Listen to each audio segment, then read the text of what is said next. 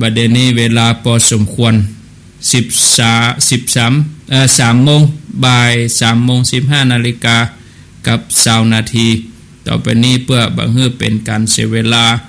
ญาติโยมที่เข้ามาอาจจะตักบักครบก็ต้องขออภัยก็เดียวจะได้ก็เอาไว้แถมช่วงนึงก็จะได้ตักญาติโยมที่เข้ามาทางระบบ Facebook ตอนนี้ญาติโยมที่ฟังวิทยุก็จะไปน้อยใจเนาะบ่ได้ตักจืดตักหยังก็ต้องขออภัยโยมก็เข้ามาก็ได้จะได้ตักได้อูกันแถมท่านนึงก็อยู่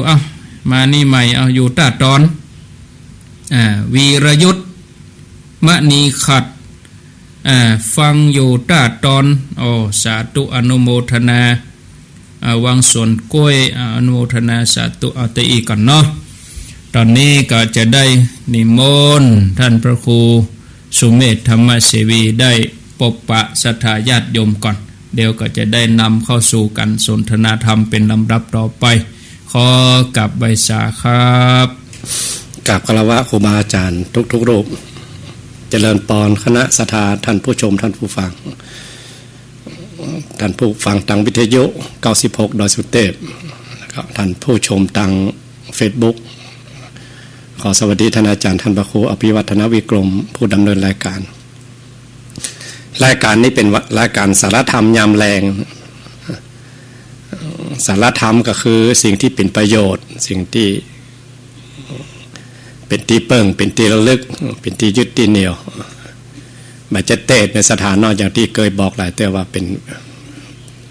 ป็นรายการสนทนากันธรรมฉาคัจฉาก็เป็นหนึ่งในมังคละหรือมงคล38ที่พระองค์ได้วางไว้ว่าจะสนทนากันเรื่องใดก็ทุกครั้งก่อนท่านอาจารย์ท่านพระครูอภิวัฒนวิกรมตั้งหัวเรื่องมาแล้วก็แจกแจงกันไปทุกวันพูดเกาะ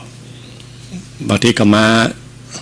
ตนเดียวมาร่วมรายการกับท่านอาจารย์บางทีก็มา2 ตนกับท่านอาจารย์ท่านพระครูกัลยาณปราโมทย์วันนี้ท่านอาจารย์ติดงานข่าวดำอีกแล้วก็ว่าโทรกันตะกี้ว่าบ่ได้มาเนอะออกไปก่อนถ้ามาตันก็จะมาแต่อย่าได้ก็โมโหจะตันมาตันมาเนาะวันนี้จะอู้กันเรื่องอย่างขอนิมนต์ท่านอาจารย์ได้ตั้งหัวข้อเรื่องว่าเขาจะไปกันต่างได้วันนี้ครับขอนิมนต์ครับครับก็ครูบาอาจารย์ก็ให้ไปหลายปุดผมก็ว่าไปจะเตื้อตนเดียวพ่อครับพอดีรายการวันพุธนี่ก็อยากจะเพื่อเป็นรายการสนทนาเพราะว่าญาติโยมฟังก็จะเตื้อก็ลุ้นไปด้วยนี่สนทนากันเนาะสนทนาเหมือนเขานั่งอู้กันนี่เหมือนเขานั่งอู้กันแต่ว่าญาติโยมก็ฟังไปโดยฟังแล้วคณะศรัทธาลองให้คำตอบถ้าเพื่อนถามมาแล้วให้ตอบอย่างไรแล้วก็จะอู้ตรงกับที่กึดไว้ก่อนครับบางท่านก็อาจจะมีคำตอบตัวเพราะว่าญาติโยมบางคนเพิ่นก็ศึกษามาเนาะเพิ่นได้ศึกษาได้ปฏิบัติมาอันที่ก็ลองโทรมามันต้องตอบอย่างนี้นะว่ามันเลยบักคัดข้องเนาะบักคัดข้องรับพิจารณาแล้วก็ได้แลกเปลี่ยนร่วมกันครับก็มีคำถามที่ฝากมาอันนี้โยมเปิ้นถามว่าก็ปกติก็อยู่ก็ดีนะแต่ว่าระยะนี้มาก็บ่ค่อยม่วนเป็นกังวลถึงอดีตถึงปัจจุบันถึงอนาคตถึง3ระบบไอ้นะอดีตก็จังเอาอดีตมากึดนักเข้าก็เฮาอยู่ไปก็มีชีวิตอยู่ไปก็ต้องอะไรบางครั้งก็กึดไปก็อยากจะทำร้ายตัวเองบางทีบางครั้งปอเกียมอะไรนะแต่กี้ก็ลืมถามโยมว่าอันยังเป็นตัวสติเตือนโยมว่าโยมบ่ทำสักกรรมนี่นะบางทีมันต้องมีตัวสติเนาะเครียดบางทีก็กังวลเนี่ยอดีตก็กังวลกับอนาคตมารบกวนจิตใจอันนี้นี่เขาจะมีวิธีแก้จะเอาธรรมะข้อไหนเฮยโยมง่ายก็คือบางเตื้อก็กึดจะฆ่าตัวตายเหมือนกันมีเตื้อหนึ่งเกียมไว้แล้วเกียมไว้ละกำลังจะทำละอันนี้อาจารย์ท่านพระครูจะมีวิธีการให้โยมได้กึดจะได้ครับนิมนต์ครับ สมัยขอยก ครับ พุทธภาษิตของพระองค์ที่เขาสวดกันในธรรมนิยามเนาะ ครับ พระองค์คุริมานเป็นฆ่าคนมานักครับ 999 คน ครับ พอมาบวชเวลาไปกุมบาตรขอไปหินขว้างใส่หมดแตกหมดแตนถึงวันนะครับแล้วเวลานั่งสมาธิก็เป็นนิมิตมาคนมาค้างสมาธิบ่มีฟุ้งซ่านตลอดภาพเหล่านั้นมาปรากฏมาหลอกมาหลอนตลอดเลยครับครับแล้วก็ใจฟุ้งซ่านออกเป็นสมาธิแล้วก็ในบทนี้ที่พระพุทธองค์มาเทศน์ให้ฟังเนาะครับเรียกว่าบทพัทเทกรัตตคาถาสูตรครับคำว่าพัทเทกะมาจากคำว่าพัทระบอกเอกะบอกลัตติพัทระนี่แปลว่าประเสริฐเอกะแปลว่าหนึ่งแล้วก็รัตติแปลว่าราตรีผู้มีราตรีเดียวอันเจริญนี่ครับจะแยกอย่างไรมันตรงกับที่แม่ว่าเด็กเกี้ยเหมือนเดียวกันขึ้นตรงครับขึ้นตรงคำว่าอาตีตังนั้นมากกว่ากึดถึงกับอดีตอนาคตังก็กึดถึงอนาคตปัจจุบันนังก็กึดถึงปัจจุบันอีกฟุ้งซ่านไปประตกประเสียงครับแล้วพระองค์เลยประทานคาถานี่ฮะจะมานั่งสมาธิกับมันแบบเป็นไปอย่างแล้วก็พระองค์ประทานพระคาถานี้ถึง2 ปีนะคือกับพระมหากัจจยนะเปิ้นเคยเป็นอมาตย์เก่าอยู่ในเมืองของพระเจ้าจันทประโชตเนาะเมืองอุเชนีแล้วก็ขอนิมนต์พระพุทธองค์ว่าขอไปโพธิเจ้าบ้านเจ้าเมืองแต่ว่าเจ้าฟ้ามากษัตริย์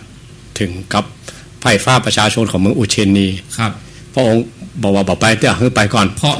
ราะเปิ้นเป็นอมาตย์เก่าขอยอมห้าเปิ้นเป็นนักปราชญ์เองครับพระองค์ก็มองแล้วเนาะยังไม่ใจเวลาเถอะเพราะว่าไปตัวเป็นมรุนเองครับสุมาดานี่เป็นภาษาอูเนาะเอาง่ายๆครับแล้วพอไปถึงเมืองอุเชนีที่พระเจ้าจันทประโชตนะพระมหากัจจยนะก็เทศเรื่องพัทเทกรัตตคาถา3 วัน3 คืนก็ประจบที่จริงพระคาถามีบอกกี่บทนะมีน้อยเดียวแต่มวยเลี่ยมก็มีเหมือนหรอไปเนี่ยใดพระมหากัจจนะว่าเอาเองก็หาแม่พระองค์ว่าน้อยเดียวกับแม่เอานักเนาะปิกมาเตียนกรุงสาวัตถีกะมาฟ้องพุทธเจ้าว่าไปเลยมันเป็นเจ้าว่าไปเลยอย่างมาว่าเอาว่าอย่างว่านักบล่ำหมดแล้วพระองค์แสดงน้อยเดียวแล้วก็ดับเบิลสรุปเหมือนกับว่าถ้าสรุปแล้วก็เหลือก็รูปก็น้ำมาแต่ถ้าเทศ3 วัน3 คืนว่าก็ยังไม่จบด้วยเนี่ยความวางใจของพระองค์บอกว่าถ้าพระองค์จะอธิบายหรือโยนย่อพระองค์ก็ว่าอย่างอันเหมือนกันเนี่ยตู้เจ้าหมู่ขี้ฟ้องก็น่าแตกเหมือนกันนะถ้าพระองค์จะอธิบายก็คือเงาอย่างเงี้ยอย่างเดียวกันเนี่ยอย่างเดียวกันเนี่ยอันเนี้ยครับถ้าจะโยนย่อก็อันเนี้ยอันเดียวกันเนี่ยความวางใจที่พระองค์วางใจคือภาษาวกผู้ใหญ่ครับถ้าจะอธิบายพระองค์ก็บอกว่าถ้าจะขยายความก็ขยายอย่างเงี้ยแบบเดียวกันแต่หัวข้อหลักอ่ะหัวข้อหลักกับคำว่าอาตีตังนานวามกันมันปรากฏอยู่ในหลายตีนะแต่ว่าที่ชัดเจนมี2 ตีคือพระองค์แสดงให้กับพระองค์คุริมานกับแสดงให้กับพระมหากัจจยนะไปแสดงให้คนตึงเมืองของเมืองอุเชนีของพระเจ้าจันทประโชตคนได้บรรลุธรรมเพราะพระมหากัจจยนะไปแสดงธรรมมาเจนน้อยจนพระองค์เหตุใดต้องเอาตัวนี้ไปเมืองนี้เหมาะสมอย่างนี้พอพระเจ้าจันทร์พระเจ้าพระองค์เป็นคนขี้สวกว่าเนาะต้องใช้ตัวนี้ต้องได้ยาถูกเนาะจะถูกแล้วก็พระมหากัจจยนะเป็นครูอยู่แล้วเป็นอมาตย์เป็นผู้รักผู้ใหญ่แล้วเป็นอู้อย่างคนก็เชื่อเองอะพอไปแสดงนะคนบรรลุธรรมกันถึงบ้านหนึ่งเป็นที่ยอมรับเอเตอร์เนาะแล้วก็จนพระองค์ยกย่องว่าบะหมี่ไหมีปฏิภาณแสดงธรรมได้ยอดเยี่ยมเต้ากับพระมหากัจจยนะวิจิตรพิสดารจนเอาย่อขยายได้หมดเนี่ยได้หมดจะไปห้อมได้ลายได้หมดครับแล้วอย่างพวกเขาทั้งหลายพอเขาหันเขาก็กระด้างได้ครับเขาจะแม่ไปทั้งมันจะมาถูกลักไงก็ไปตึกอ่ะไปแล้วมันตึกอ่ะครับผมจะเอาไปห้องไทยอ่ะมันบักกระจายแต่พระมหากัจจยนะเทศ3 วัน 3 คืนยังบ่จบเพราะว่ายังบ่จบเด้อเราหมู่ขี้ฟ้องทั้งหลายนะกะครับอันเนี้ยยังแม่นี่ถามนี่เหมือนกันนะกังวลเขาทำตามสูตรนี่ว่าอดีตมันล่วงไปแล้วเขาอย่างไรอ่ะมันแก้บ่ได้แล้วนะยังแต่ว่ายังแต่กี้2 แล้วเขาไปแก้ไหนมันเกิดไปแล้วแล้วมันพูดเหรอมันพูดก็ยังมาถึงเนี่ยเขาไปแก้งได้มันนี่มาเกิดเนี่ยเอาปัจจุบันมาเดียวเนี่ยครับ ถึงกับยังเวลาไปฝึกกับกรรมฐานก็หลวงปู่นะครับเวลาปู่สอนกรรมฐานเนี่ยอย่างว่าโยกหนอยเนาะเขาว่าย่างหนอโยกหนอมันดับไปแล้วนะครับย่างมันก็อยู่กับย่างนะอันใดปอนั้นแล้วเหยียบทางหน้ายังหมดถึงเนี่ยจะไปกึดเตื้อเหยียบเตี้ยขนาดอันนี้ยังเอาเนี่ยห้อมใกล้ๆเนี่ยยังบัดได้เด้อเตี้ยเขาลังโยกใจเขาไปย่ำไปแล้วแสดงว่าถ้าเขาโยกไปเนาะเขาย่างไปเป็นอนาคตท่านกึดถึงตั้งหลังก็เป็นอดีตนะกึดตั้งหน้าเป็นอนาคตนะแล้วให้อยู่กับปัจจุบันได้ก่อนอีกอ่ะครับอันนี้เหมือนกันนะอันนั้นตะวาอะไรอ่ะแล้วนั่นมันโผล่กันยังไก่ไปอยู่นะขนาดโยกตีนมาได้นะครับแล้วเขาจะแก้จะได้เนี่ยนอกจากเขาจะต้องบักกังวลจะต้องบักกึดเนี่ยนะเขาอยู่กับปัจจุบันเนี่ยเขาจะอยู่ได้ก่อนอีกอ่ะต้องมีใจมั่มเอานะเขาต้องฝึกตัวเก่าตัวนะถ้าเขาบอกฝึกตัวเก่าถ้ามันเขาอย่าปล่อยเลยตามเลยมันก็มันอย่ามาทำร้ายเขาอ่ะท่านอุปมาว่ามันก็คนเลี้ยงสิงโตมาเลี้ยงเสือไว้ในกรงถ้าตัวมันน้อยๆเนี่ยถ้ามาขยากกินข้าวมาก็เอาอยากกินอาหารเนี่ยเขาขึ้นมากินเองอ่ะมันจะให้จากห้องมันจะเดือดร้อนอาคมความไวๆอย่างเขาก็ขึ้นมันแล้วมันเงียบนะมันกินก่อนเขามากินแล้วมันเงียบเขาเงียบแล้วก็เขาก็เลี้ยงมันถึงวันแหละเขาเรียกมันวันถ้าเหมือนมากินมันก็เดือดร้อนนะเมินไปมันใหญ่ขึ้นมันก็ทลายกรงมาฆ่าเขาว่านั่นอันนี้เขาฮื้ออาหารมันครับพอมันฟุ้งซ่านเขาฮื้ออาหารมันก็เขาจอบมันนะก็ฮื้ออาหารมันก็ม่วนมันก็รับไปอ่ะแล้วมันไปแจ้งฮื้ออาหารมันบ่ได้แล้วมันใหญ่ๆขึ้นทั้งวันน่ะลองมั่มใจเขาบอกฮื้ออาหารมันหรอกอาหารเนี่ยที่เป็นอาหารของอดีตอาหารอนาคตเนี่ยเขาลองบอกฮื้อมันว่าแล้วมันจะดิ้นควัดเนี่ยถ้ากระจ่างนะแข่งใจพอแล้วแข่งใจพอในที่สุดมันจะโยมพอโยมแล้วให้ฝึกมันไปอย่างไรก็ได้แต่มันยากนะเนาะก็ยากนะกะอย่างโยมนี่ยากหน่อยบางทีเกิดมันเพิ่นฮ้องว่ามันโจรแต้มอ่ะโจรจอกแต่อย่างต้องมีเสี่ยวต้องมีกัลยาณมิตรตัวอย่าไปอยู่คนเดียวกึดยังบ่ออกมันก็หาวิธีทางอ่ะตั้งออกบางทีกึดตั้งออกมันก็บ่ดีอ่ะตั้งบ่ดีอ่ะนะเอาไปต่ำบ้านใต้บ้านเหนือสนทนาเปลี่ยนบรรยากาศเปลี่ยนสถานที่ก็ฟังสถานีเนี่ยก็อันนี้เป็นกู้กันเลย96เนี่ยก็เนาะอันนี้เป็นกู้ไปครับเขาอย่าร้อยกรรมปันกรรมหลายชั่วโมงอาจจะมีกรรมใดกรรมหนึ่งที่ปิ้งขึ้นมาที่โยมพอจะกึดได้ก็เลยกึดว่าอย่างเงี้ยถ้าเขาจะโยงมาถึงธรรมะขององค์สัมมาสัมพุทธเจ้าเนี่ยกลัวเขาจะได้ชีวิตหนึ่งขึ้นมาเนาะเขาอู้กันมานักนะว่ามันยากนะกลัวเขาจะได้ชีวิตหนึ่งขึ้นมาเนี่ยแล้วเขาไปทำร้ายตัวเองแล้วก็ถามอายุโยมก็บ่ใจน้อยนั่นน่ะอายุ60ขึ้นไปแล้วถ้าที่จริงถ้าอู้ตามเรื่องรักกตัญญูนะตัวเขานี่บ่ใจของเขาเป็นของพ่อของแม่เพิ่นฮื้อมานะเพิ่นฮื้อเขาไปทำร้ายแล้วเขาก็บ่กตัญญูต่อที่พ่อแม่ฮื้อนี่เนาะมันเลี้ยงดูด้วยอาหารข้าวหน้าบ่ได้มันใหญ่ขึ้นมาเนี่ยที่จริงต้นกำเนิดจริงๆพ่อแม่เพิ่นฮื้อมาครับถ้าเพิ่นฮื้อเอามาบ่ดีแล้วอุปกรณ์อย่างมันรู้เราเป็นพิกลพิการมั้ยหรอนั่นน่ะเขาก็เอาไปทำการทำงานก็บ่ได้แบบโลกอ่ะเดี๋ยวมาประพฤติทำก็ไปสะดวกอ่ะเสถียรเขาไปบอกว่า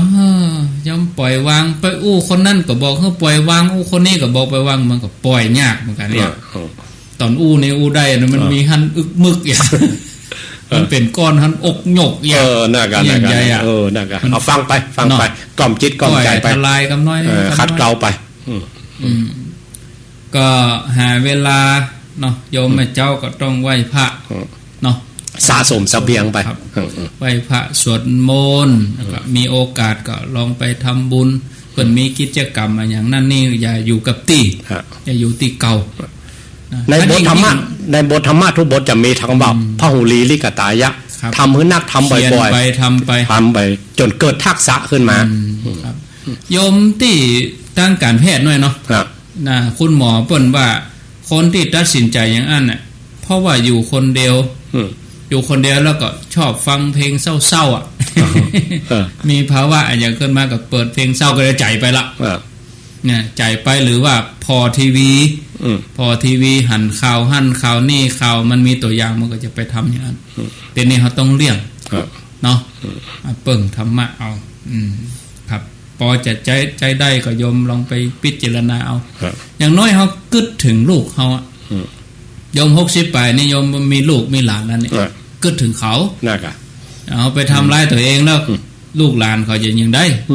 อยู่มาถึงป่านนี้แล้ว น่ากะ รักษาชีวิตไปเมินจะไปด่วนเฮ้มันไปตามระดับมัน ถ้า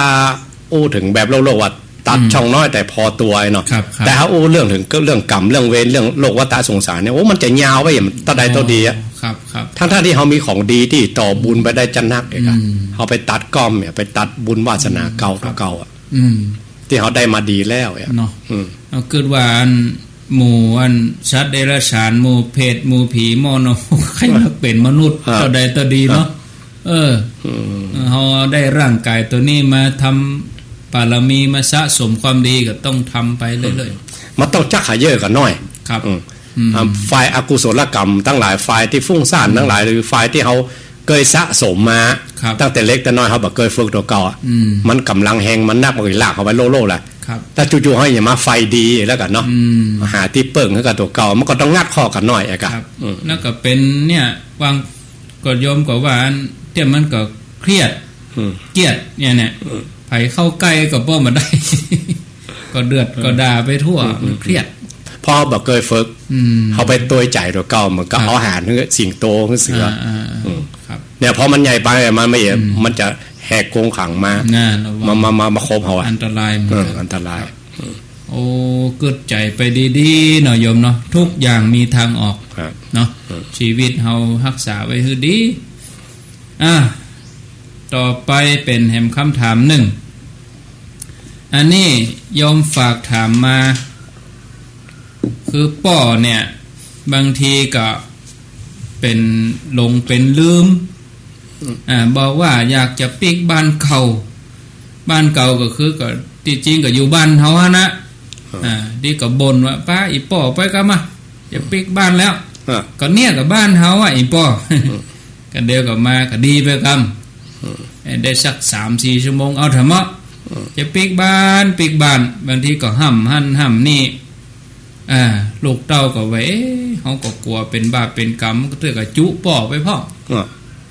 มันจะเป็นยังไงก่อนเนี่ยนะมีเนี่ยนะอย่างอันนี้ก็เตือนกับจุไปพ่อ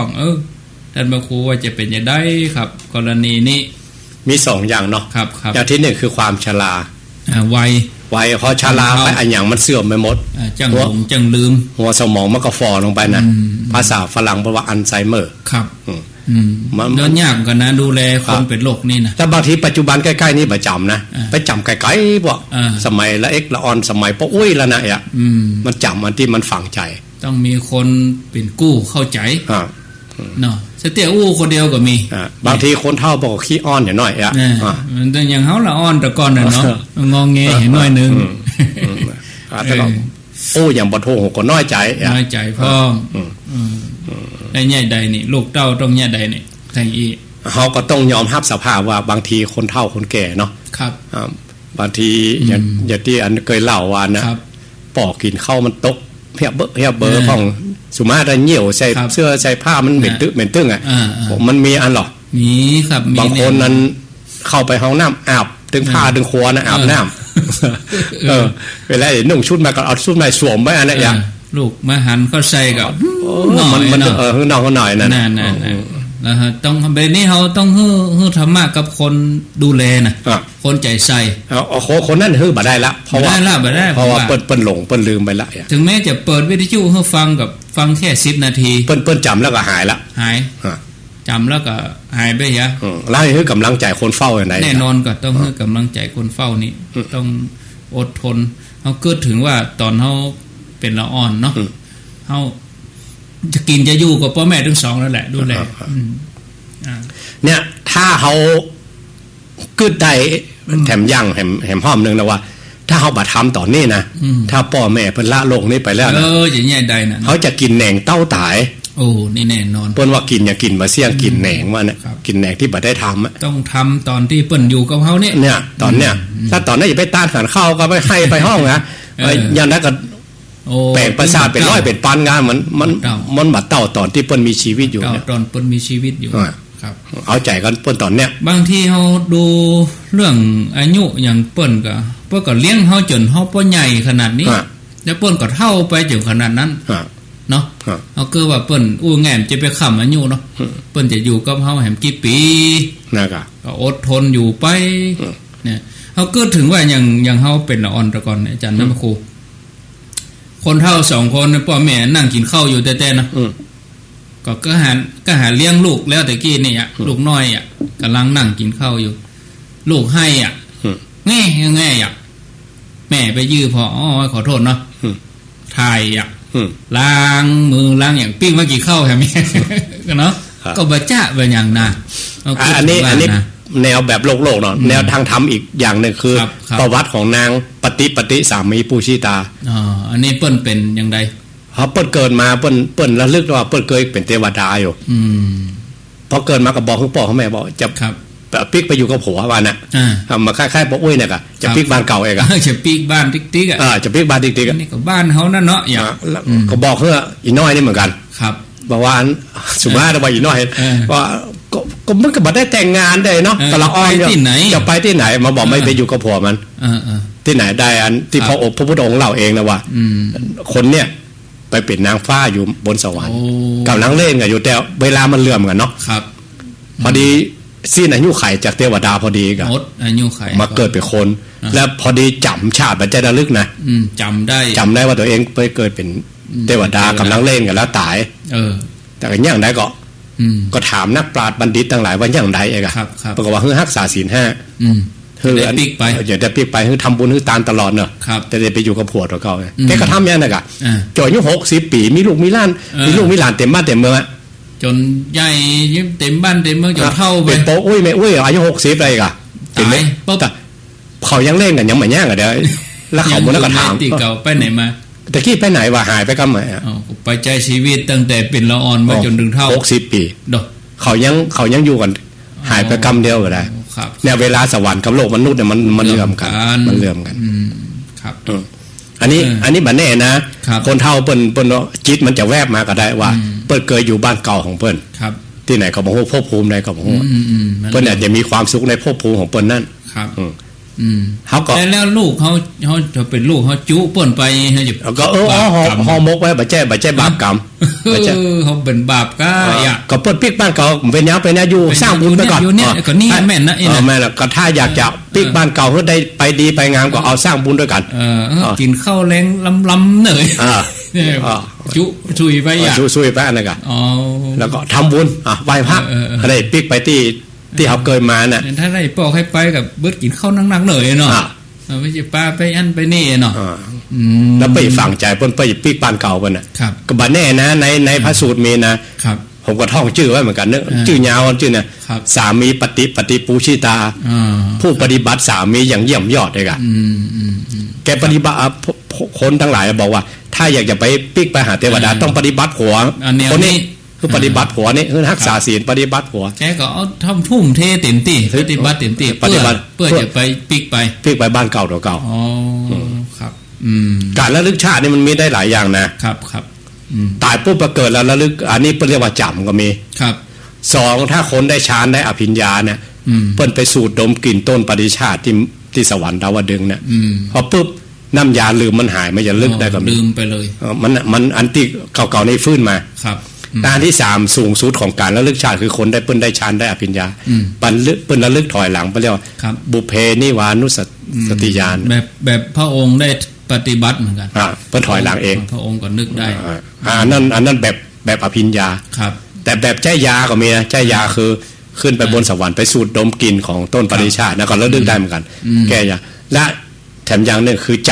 ำอย่างนางสัมมีปฏิปูชิตาคือจำมาอันนี้มันแน่เพราะโอ้ยเปิ้นอาจจะแวบๆเปิ้นอาจจะจำว่าเปิ้นเคยอยู่ที่ไหนก็บ่ฮู้ครับเปิ้นจะปิ๊กบ้านเก่าเปิ้นเองลูกเต้าก็ต้องอดทนเนาะ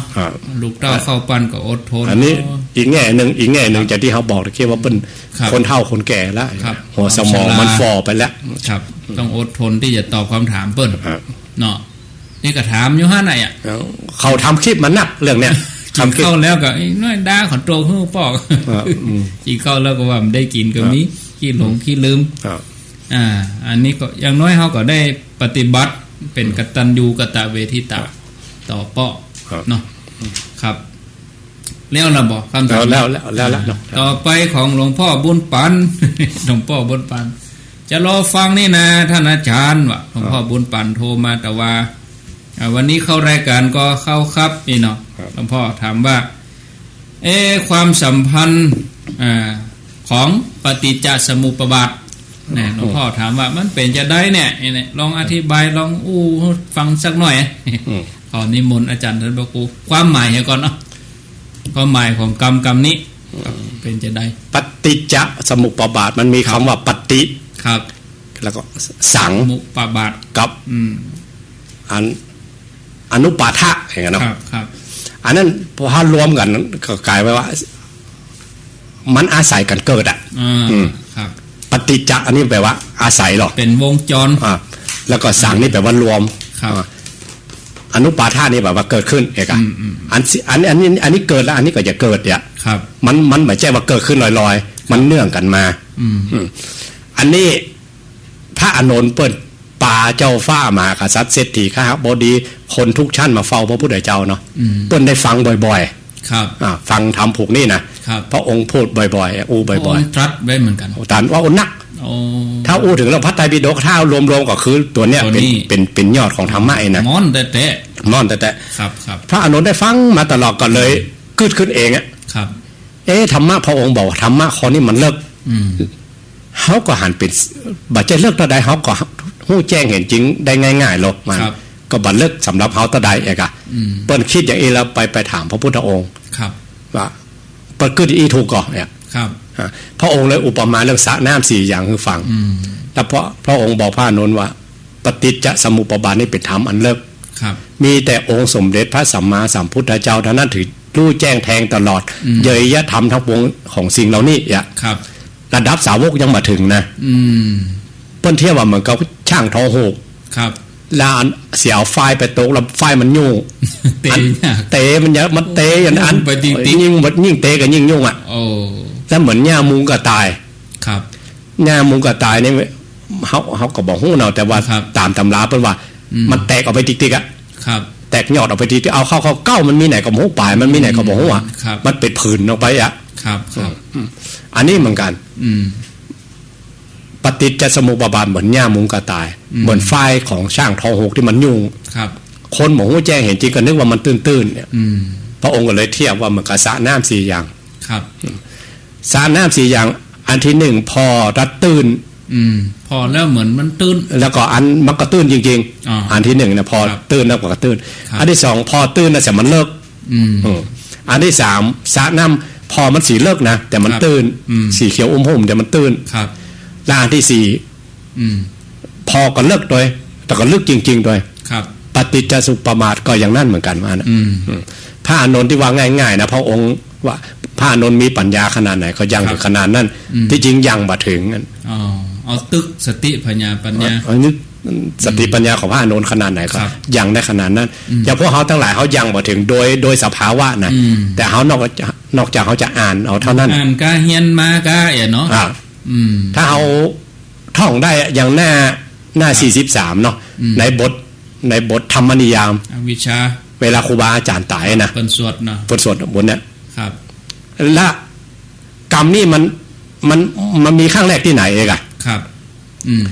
หลังจากพุทธองค์ตรัสรู้ใต้ต้นโพปฏิจจสมุปบาทของพระองค์ยังมาเกิดด้วยนะยังได้เตื้อยังมาใจเตื้อยังบางคนถามว่าพระองค์ตรัสรู้อย่างเนี้ยบางคนว่าแม่ไปซะป่ะอริยสัจ4ปฏิจจสมุปบาทพ่องอันอย่างพ่อง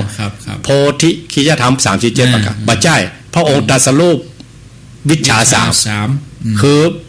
ยามแรกพระองค์ตรัสรู้เรื่องบุพเพนิวาสานุสติญาณพระองค์ระลึกชาติของเขาได้ยาวแต่ได้กับมโหตามพุทธวิสัย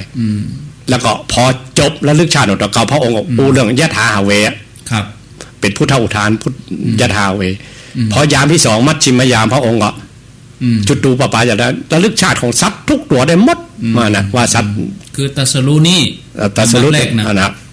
แล้วก็พอยานที่3แล้วก็พระองค์ก็เป็นพุทธอุทานเป็นยะถาเวบทที่2แล้วพอ ปัจฉิมยามพระองค์เกิดอาสวัคยายาน เป็นทำให้กิเลสทั้งหลายเสี่ยงบริกรอุทานคำว่ายดาเวบทที่3หลังจากนั้นพระองค์ก็เสวยวิมุตติสุขอยู่ครับ7 วันเรียกว่ามหาสถานครับสัตตมหาสถาน7 ปีสัปดาห์ที่1อยู่ใต้ต้นโพครับสัปดาห์ที่2ไปที่อามิสเจดีพระองค์เพ่งมาที่ต้นโพครับ7 วันอามิสเจดีก่อพระองค์ก็ดูต้นโพแล้วลึกถึงคุณอยู่ครั้งแรกกันแล้วลึกถึงคุณของต้นโพว่าพระองค์ได้ตั้งตรัสรู้มาและสัปดาห์ที่3พระองค์ก็มาเดินจงกรมเนี่ยรัตนจงกรมเจดีย์พอสัปดาห์ที่4เนี่ยพระองค์มาพิจารณาปฏิจจสมุปบาทที่หลวงพ่อได้ตนนี้ได้เพ่ก่อนเพ่ก่อนสัปดาห์ที่4 7 วันพอพระองค์พิจารณาปฏิจจสมุปบาทสำหรับพระพุทธองค์นะอย่างเดียวเท่านั้นอย่างเดียวพระสาวกจะยังมาถึงพอพระองค์พิจารณาปฏิจจสมุปบาทในสัปดาห์ที่4ฉับพลันนัตรังสีเกิดขึ้นตัวนี้เกิดขึ้นรัศมี6นี่นะรัศมี6 อย่างนี้เป่งปังไปทั่วอนันตจักรวาลเป่งปังเจ้งจ้าทั่วจากอนันตจักรวาลเลยแต่ภาพปกติตอนที่พระองค์ไปไหนนะรัศมีของพระองค์จะกว้างออกไป1 วาโดยรอบถ้าปกตินะแต่พระองค์เวลาเปล่งรัศมีฉับพลันนัตรังสีจะไปโพธิ์สัตว์เองอะพระองค์จะเปล่งไปจะนักกว่ารัศมีที่ตะวันระเบิดที่บนภูเขาเนี่ยครับความร้อนมาถึงโลกเนาะอันนี้สุริยะจักรวาลอันผ้าที่มาถึงบ้านเฮานี่นะเท่าใดกี่ปีแสงบัจจานี่อันสุริยะจักรวาลนี่มัน8 นาทีเท่านั้นนะจากความร้อนมาบ้านเฮานี่อันความร้อนนี่เหมือนกันแต่ถ้าแสงถ้าแสงมา8นาทีจากโลกมาเนี่ยมาถ้าแสงมันประมาณ300,000 กิโลเนาะ300,000 กิโลต่อวินาทีก็ประมาณ7-8 นาทีก็ถึงโลกของถ้าแสงนะถ้าความร้อนนี่จะเมินหน่อยเป็นไปคลื่นมาเนาะแต่ไปคลื่นความร้อนมากับเมินหน่อยแต่ว่าจักรวาลที่เขาอู้กันวันก่อนนั้นเป็นกาแล็กซี่ใหญ่ๆเพื่อเรียกจักรวาลใหญ่มีอยู่แสนโกฏจักรวาลน้อยเองมากมายนะพระองค์ไปเพิ่มเดี๋ยวก็ถึงเองอันเนี้ยพระองค์เปล่งรัศมีตอนที่สัปดาห์ที่4เนี่ยพิจารณาปฏิจจสมุปบาทสำหรับพระองค์เองนะครับเกิดได้สัปดาห์ที่4พอสัปดาห์ที่5ไปที่เตียนต้นไทรครับที่ดาพญามารมาเลยตันหาราคะอาราตีก็มาเลยมาเพราะว่ามาเป็นตัวกันมาเป็นตัวเพราะเป็นเทวปุตตมารจำบางครูบาอาจารย์บางองค์ว่ามาด้วยจิตก็เพราะว่าพระองค์ตรัสรู้แล้วมันมีอย่างจะมารบกวนพระองค์แล้วอาสวะกิเลสสิ้นไปแล้วนึกว่าตัวจิตเดิมนั่นน่ะอาสวะกิเลสสิ้นไปแล้วก็หมดแล้วมานั่นคือมาเป็นตัวดุนเป็นเทวปุตตมารครับถ้าอย่างเงี้ยก็ปริยัติไม่ขาดกันนะพระองค์สิ้นอาสวะกิเลสแล้วครับแล้วมีแล้วพระองค์สิ้นที่ใต้ต้นโพแล้วมาถึงที่นี่มันสัปดาห์ที่5แล้วนะมันก็คัดกันตัดกิเลสแต่แรกแล้วตัดที่ต้นใต้ต้นโพแล้วตอนนี้มาสัปดาห์ที่5เท่านั้นที่ดาพญามารกับกิเลสในใจนี่ไม่ใช่คนละอย่างกันเป็นเทวปุตตมารครับมาเป็นตัวเป็นตินมาเป็นตัวเป็นตินนะครับมาแสดงอาการต่างๆพระองค์บอกพระองค์หมดกิเลสแล้วแล้วก็สัปดาห์ที่6ก็ไปที่สามุจจรินฝนตกมันพญานาคราชก็มาปกเมื่อบอกว่าแล้วก็สัปดาห์ที่7สัปดาห์สุดท้ายก็พ่อข้าตปุตสะพาดิกะก็มาชาวพม่าครับ2 คนเนาะ2 คนมาถวายเข้าสัตุก้อนสัตุผลแล้วก็พระองค์ก็เอาพระเกศาคือ8 เส้นดึงเอา8 เส้นเอาไปไปสร้างพระธาตุเอาไปเป็นอนุสรณ์เนี่ยปกาพม่า2 คนนี่ก็เอาไปสร้างชเวดากองน่ากับเจดีย์ชเวดากองถึงยิ่งใหญ่ยิ่งใหญ่เพราะว่าแสดงว่าได้เกศาจากตัวพระองค์เองมาเลยพระองค์อธิษฐานฮื้อเลยอธิษฐานรูปนี่รูปไม่ใช่ดึงนะอธิษฐานรูปอีกแล้วก็รุดออกมาที่หลวงพ่อบุญป่านถามว่าปฏิจจสมุปบาทคืออย่างเกิดขึ้นพระองค์พิจารณาในสัปดาห์ที่4เพราะนั้นถ้าเขาอู้กันตามหลักปฏิยัติเนี่ยเขาอู้ได้กะครับพระมหากัจจายนะอู้3 วัน 3 คืนยังไม่จบไปเสี่ยงแต่ว่าถ้าเอามาอู้เนี่ยมันเป็นหลักปริยัติมันสภาวะธรรมมันไม่ใช่ของเฮามันเกินภูมิไปครับนี่ต้องปฏิบัติกู้กันไปตัวถ้าหลักปฏิบัติเนี่ยยิบเอามาส่วนใดส่วนหนึ่งก็พอแล้วมาถึงกับเรียกว่าสัมปันโนพร้อมทั้งหมดแล้วก็ เสถียรโพนิทะเปิ้นก็อุปมาเหมือนกันนะครับอุปมาว่าเปิ้นไปเจอพระสูตรใดฮะครับว่ามีสัตว์3ตัวข้ามลำธารมีกระต่ายตัวหนึ่งมีม้าตัวหนึ่งก็มีพญาช้างคดสารตัวหนึ่งข้ามลำธารไปข้ามไปกระต่ายพอลงจากหวามเลยเนาะต่อฟังตีนวิทย์เลยแต่ว่ายได้นะแขวนตึงยังวิทย์ก็ว่ายไปถึงฟังอยู่ก็โปนไปแต่ว่าเท้าบัดถึงปื้นบัดถึงปื้นอย่างที่2แม่พอลงฝั่งไปตีนเนี่ยตีนถึงอยู่นะก็เขินอยู่ตีนถึงปื้นอยู่มาปิมเขาไปกลางนี่แขวนละเตียวไปมันได้ละมันพอลำธารมันเลิกหรอกแต่ก็ว่ายไปขึ้นฝั่งพอใกล้ถึงฝั่งก็ย่างถึงอยู่นะครับก็ขึ้นไปสำหรับพญาช้างคดสารย่ำปกก็ถึงเตียวไปได้ตลอดสบายเลยย่างไปตลอดจนขึ้นฟังเหมือนกันอุปมาว่าเหมือนกระต่ายเหมือนกับบารมีสาวกทั้งหลายใหญ่ยะทำทั้งปวงอย่างปฏิจจสมุปบาทนะบัดต้องรู้ทั่วถึงครอบบัดต้องทั้งหมดก็ถึงได้ด้วยความพ้นทุกข์ถึงได้ครับอย่างได้เป็นบางส่วนก็พาให้ตกเก่าพ้นทุกข์ได้แล้วก็ม้าคืออย่างม้าคือพระปัจเจกพุทธเจ้าครับยิ่งกว่าสาวกทั้งหลายครับใหญ่ยะทำทั้งวงบางข้อก็ย่างถึงเนี่ยพอลงไปต่อย่ำได้ย่างถึงอยู่แต่พอไปถึงกลางละมาได้แล้วย่างมาถึงแล้วแต่ก็ข้ามถึงฟังก็ป้าของตัวเก่าพ้นทุกข์ได้เป็นตัวละหันตายอยู่แต่ยังองค์สมเด็จพระสัมมาสัมพุทธเจ้าเนี่ยยังทั่วถึงหมดเลยเหมือนจ้างก็แค่ปฏิจจสมุปบาทอย่างที่เขาว่าเขาท่องพระองค์พิจารณาด้วย7 วันก่อนนะครึ่งจะจบ7 วันก่อนพอจบก็รัศมีเกิดครับแล้วก็พญามิลินเหมือนกันถามพระนาคเษนว่ามีสมัยหนึ่งพระสารีบุตรเล็งขายยานไปพอพระองค์ว่าพระองค์จะมีคุณนักมองใดเอกครับพอพระก็ยาวไปจิตติกจนสุดเสี่ยงตายานของพระมหาสารีบุตรก็ยังบ่ถึงคุณพระองค์แล้วก็พระ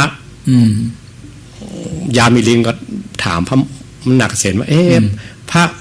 มหาสารีบุตรนี่เพิ่นจะปรามาสพระองค์ก็ว่าไปอย่างพระองค์แบบนั้นครับอันพระนักเษนก็ปัจจัยอย่างนั้นเนอะเราจะอุปมาให้ฟังมาเนี่ยครับว่าเปรียบเสมือนมีคนหนึ่งส่องเข้าไปหูด้านขะแจอย่างหูขะแจโบราณนี่ไปใส่ขะแจเป็นหูแล้วแก้ไขมันเป็นหูน้อยๆส่องเข้าไปหูขะแจเข้าไปในห้องไปหันเกิบใหญ่ๆมาน่ะใหญ่เตะใหญ่ว่าเกิบแค่หันเกิบเนี่ยก็อนุมานเอาว่าคนที่ใส่เกิบไม่ตัวใหญ่ขนาดนั้นอันนี้เหมือนกันพระมหาเสรีบุตรเปิ้นมีปัญญามากมายขนาดนั้นเปิ้นยังไม่สามารถจะหู้ทำได้ครับพอพระพุทธองค์มาบอกเปิ้นเป็นลูกศิษย์ของพระอาจารย์ชิเนาะพระอาจารย์ชิก็เอาธรรมของพระองค์มาบอกแค่หันธรรมของพระองค์แค่มันก็แค่หันเกิบก็อนุมานนะว่าคนที่สร้างธรรมขึ้นมาเนี่ยจะยิ่งใหญ่ขนาดไหนใดเป็นหูนี่เนาะแล้วก็พญามิลินก็ถามพระสารีบุตรว่าถามพระนาคเษนว่าขออุปมาหน่อยว่าปัญญาของพระมหาสารีบุตรมากมายเพียงใดจะมากมายแล้วก็พระนาคเษนก็บอกอุปมาว่ามันก็ฝนตกทั่วจักรวาลนาน1 มหากัปพระมหาสารีบุตรเปิ้นมียานส่องทีเดียวปัจจัยวิชาคำนวณนะฟืบเดียวเนี่ยโหเลยมีกี่เม็ดขนาดนั้นทั่วจักรวาลนาน1 มหากัปแล้วเขาหมอกฝนตกแต่ว่ามอกอ้อยๆนะครับเอาต้องนั่งหมอกวาเนี่ยหรอมันได้ไม่มีสักกี่เม็ดสัก5 นาทีเนี่ยมันได้ครับเนี่ยปัญญามากมายปานนั่นน่ะยังบ่ถึงยังบ่ถึงคุณของพระพุทธเจ้าว่ามากมายเพียงไรครับและตัวของพระองค์เองที่ว่ามายังปฏิจจสมุปบาทของพระองค์เองเนี่ยครับพระองค์ยังถึง7 วันกันน่ะคือจบของพระพุทธองค์ก็จะยิ่งใหญ่ปานใดเนาะครับเอาอันนี้คงจะเป็นที่พอใจแล้วก็หลวงพ่อบุญปันถ้าใบแห้งก็เอาแท่งเข้ามาน้องฟังหลวงพ่อเนาะถ้าเขาอยากจะรู้รายละเอียดว่ามีอย่างพ่องนี่นะครับเขาเขียนเข้าไปใน Google น่ะกันเขาเขียนคำว่าความหมายของปฏิจจสมุปบาทเนี่ยครับจะนักครูบาอาจารย์เพิ่นจะอธิบายนักครับตอนนี้ 4:00 นพอดี4:00 นครับแวบเดียวเนาะ 4:00 นแวบเดียวก็เดียวตักญาติโยมตั้งเข้ามา Facebook เข้ามาใหม่นี่เห็นน้อยเนาะ ก็อนุโมทนากับแม่หาไทยทิพย์นะแล้วก็จิรายุทธแม่จันคำเสมอกันสันกำแพงโยมชุติการอินทวงศ์อยู่ห้วยทรายสันกำแพงชัดเจนดีแม่ทาริณีโยมทาริณีนินกำแหงอยู่สันปะคอยชัดเจนดีฟังอยู่ติล้านฟัง96ชัดเจนดีอนุโมทนาอยู่ด้วยกัน6คนวะ ฟังอยู่หัน6คนก็ได้อยากนึกภาพเอาเนาะเอาวิทยุไว้ต่างกลางนั่งฟังจดใจจอภูวดลสิทธิภูวดลที่สอนอันนี้อยู่สันติธรรมติดตามทุกวันอนุโมทนากุศลวิชัยโนอลิตเติลบุตรดาล้านนาศีลาชัยวันท่านสมุกิจนิธิทัศน์แล้วก็คณะแห่ดอยหล่อศิลป์อนุโมทนาแม่โสภากองสิงแม่ทิติรัตน์พรหมมินทร์เจ๊แจ่มใสอนุโมทนาก็ขอบคุณที่ได้แสดงความคิดความหันมาคนลุ่มน้ำวางพุทธทันตากรรมฐานระเบิดโลกปฐบ อันนี้ตุเจ้าอีสานอยู่101ฟังกำเมืองพอจะหูเรื่องเข้าใจอยู่เนาะโยมยังบ่ต้องโทรเด้อเดี๋ยวรอสักกรรมโยมพิมพาบัณฑิตวรพิพัฒน์วัดห้องกูเวียงปะเป้าอรพินใจที่กรอนุโมทนาฟังอยู่แม่วางชัดเจนดีจินตนาวงสงครามท่านพระครูสุจิตปัญญารัตน์วันบันแปะแม่ดาวเรืองวงวันอาจารย์ณัฐพลลึกสิงแก้วอมจรฟังอยู่สันกำแพงชัดเจนดีพิกุลทองแสนละมุนสายแม่หลวงสายฝนหนองผ้าขาวอาจารย์เกรียงศรีพรหมเสนโยมเกียงคำรุ่งไพโรธอนุโมทนาทับทิมตันตราอัมพรอนุโมทนาศรีธรวงปาลีท่านมหาบุญยมอนุโมทนาอยู่จังหวัดตากก็มีแถมหลายคนหลายท่านที่เข้ามาตึงเก่าตึงใหม่อันนี้ขอถามตุลุงนี่ถ้าลูกเก็บของเก่าป่อไว้ยังพระเก่ากาสัตทางเก่ากาเก่งว่าถ้าป่อเอาเก็บมันจะหายเพราะของป่อของแม่นี่มีนักแล้วช่วยตัวเองได้น้อยลงแต่ป่อเป็นคนห่วงของจะเนี่ยจะได้ถ้าจะเนี่ยจะได้ดีถ้าเงินปู่จาของจากป่อไว้จะได้ก่อถ้าขอปู่จาพอปู่จาจากป่อจะได้ก่ออันนี้คำถามจากสันติธรรมมีคำถามเข้ามา1คำถามผ่านระบบ Facebook นี่เนาะโยมถ้าโทรบัดดันก็พิมพ์เข้ามาถามก็ได้เอาคำถามนี้ก่อนอาจารย์ได้มาครูที่สันติธรรมนี่ครับไวสาครับจะตอบโยมว่าจะได้ไวสาครับ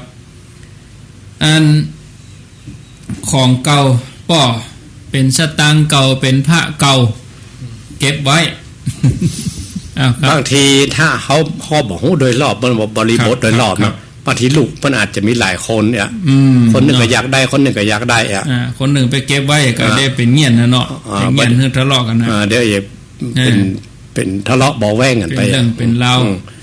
ครับที่เขาอู้มาเหมือนอ้างว่าป่อหลงลืมไปละเก็บไว้ยะอีน่ะเอาใหญ่ได้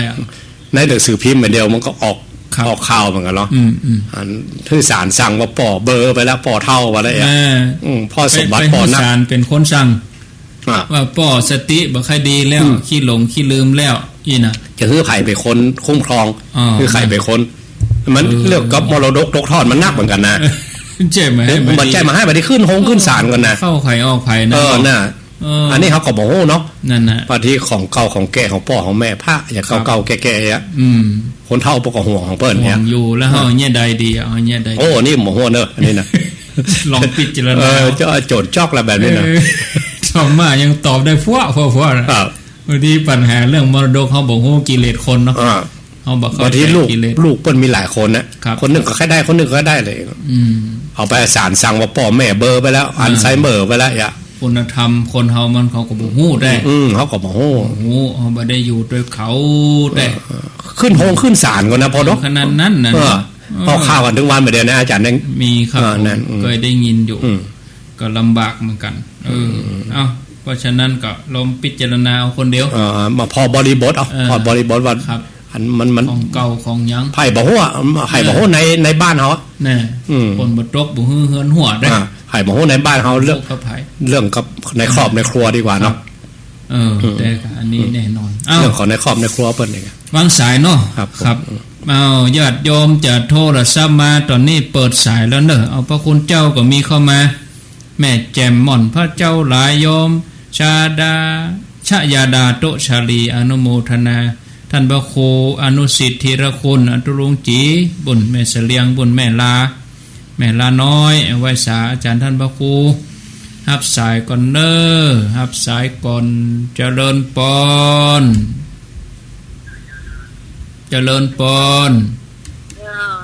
จากที่ไหนจากตังใดที่แม่ปงเจ้าแม่ปงเจ้า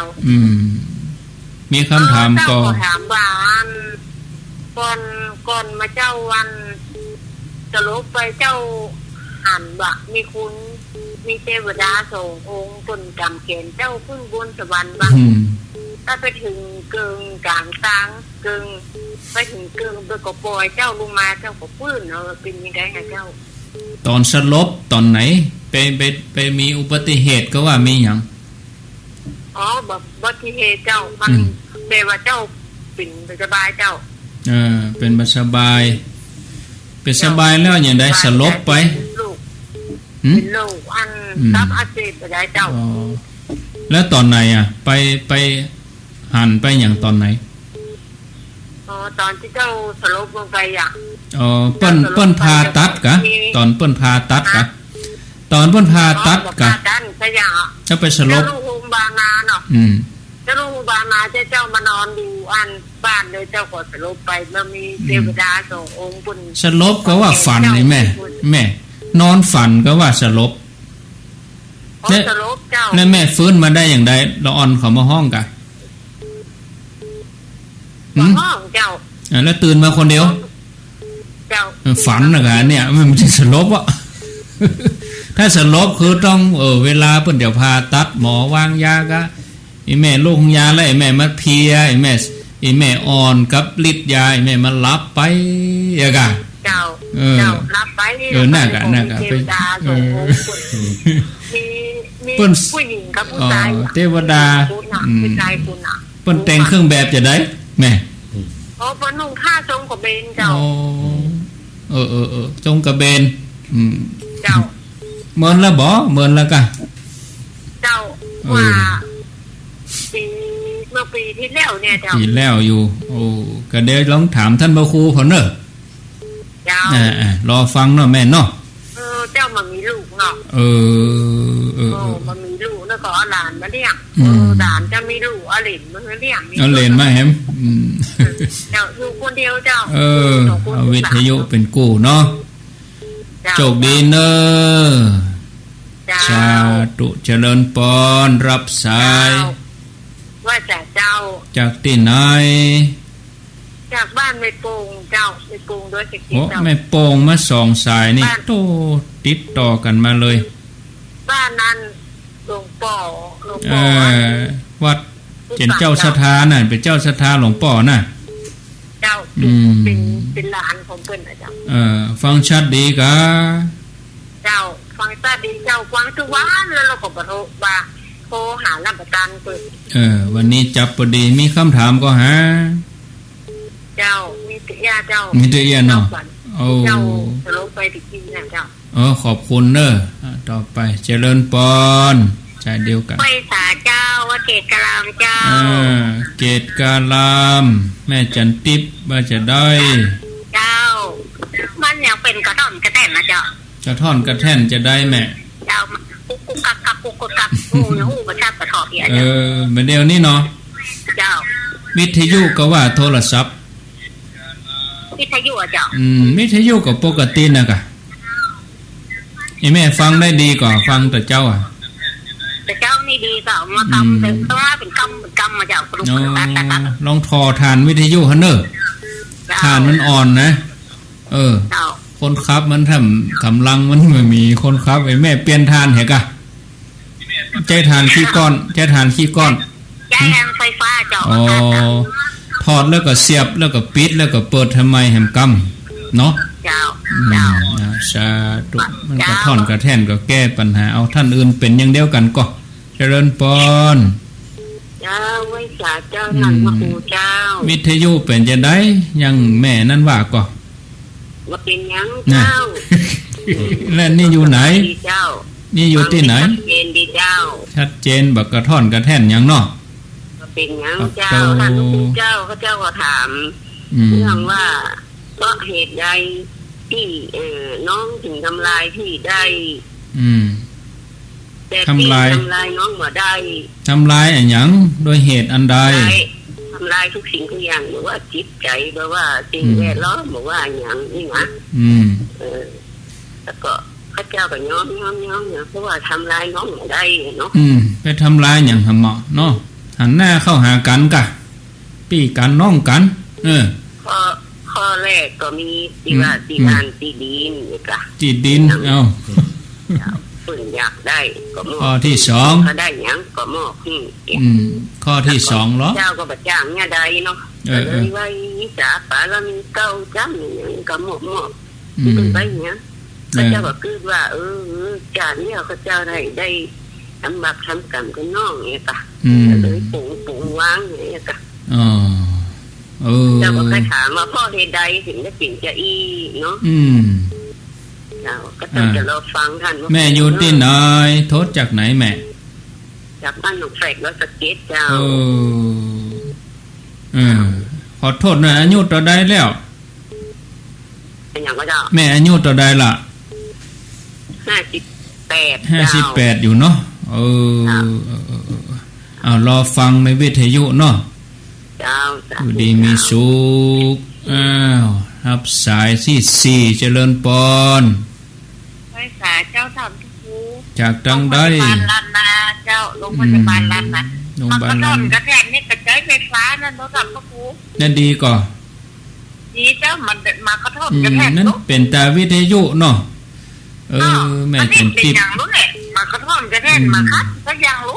แม่จันทิพย์ก็จะยุ่งแล้วเนี่ยไปยังหลับลื่นเนาะหลับลื่นอยู่จะฟังอยู่นะเจ้าโมทนา0998366322เจริญปอนรับสายไหวสาเจ้าแล้วก็ครูว่ามาแม่จอนบักกระท่อนกระแท่นลู่อันขึ้นพื้นเพชรเป็นตาวิทยุเนาะมันจะงานเนาะมันถึงอย่างเคลื่อนไปคนเดียวมันนะเนี่ยไล่ให้ใหม่ละครูไล่ให้ใหม่ตั้งใหม่ดีๆตั้งให้ใหม่ก็ดีละนั่นแหละค่ะชัดเจนดีนะเจ้าอนุโมทนาขอบคุณที่รายงานบอกคือเจริญปอนท่านแม่จันเพ็ญเป็นจะได้ได้ตาท่านทุกสิ่งสดเลยวันนั้นปะเปิ้นหนูเนาะจ้าเปิ้นอุ้มหวานเหมือนในเต้นนะเนาะเหมือนตัวเต้ลูนี่ดีใจเนี่ยเสียงเหมือนก็แต่ผู้ท่านตัวฟังเปิ้นสอนมันทำหวานดีเจ้าโมทนาเจ้าเสียงก็เหมือนวิทยุแล้วเนาะรับสายเจริญปอนมาใหม่จากที่ไหนจากสันพระเจ้าแดงวิยาสันพระเจ้าแดงว่าจะได้สเกนดีฟังลำเป็นกะทิตอนใจฟังสนกับองค์เจ้าฟังตอนเรื่องดีกะขาดตอนก็แม่ฟังยกแม่มาฟังวันเนี่ยเดี๋ยวเนี่ยกะฟังตอนแรกฟังตอนบ่ายนี่จ้ะโมทนาเนอสายต่อไปเจริญปอนแบบนมัสการเจ้าจากที่ไหนแม่โทรมาจากหางดง หางดงในตำบลอย่างแม่ ตำบลหนองแก้วเจ้า หนองแก้วหางดงเจ้าอ่านฟังท่านครูมันก็นะแต่ฟังมันฟังแล้วมันก็เข้าใจดีอะกันม่วนใจดีเจ้าม่วนใจดีไม่มาได้โทรหามาได้อายุต่อได้นี่อายุต่อได้70แล้วเจ้า70แล้วจ้าแต่ยังที่ท่านพระครูเพิ่นยังไปแต่กี้นี่แม่พอจะจำมันยังได้พ้องก่อเจ้าอย่างที่เพิ่นเรื่องสมองบ่ดีนั่นน่ะก็มีพ้องเนาะแม่ก็เป็นแต่เพิ่นเสียไปแล้วเป็นอย่างเดียวกันนะเอามีลูกไม่แม่เพิ่นมีลูกไม่ยิง4ปัจจัย2เนาะแล้ว10ปัจจัยเนี่ยบ่ดูแลไม่ยิงแล้วแต่ก็ดูแล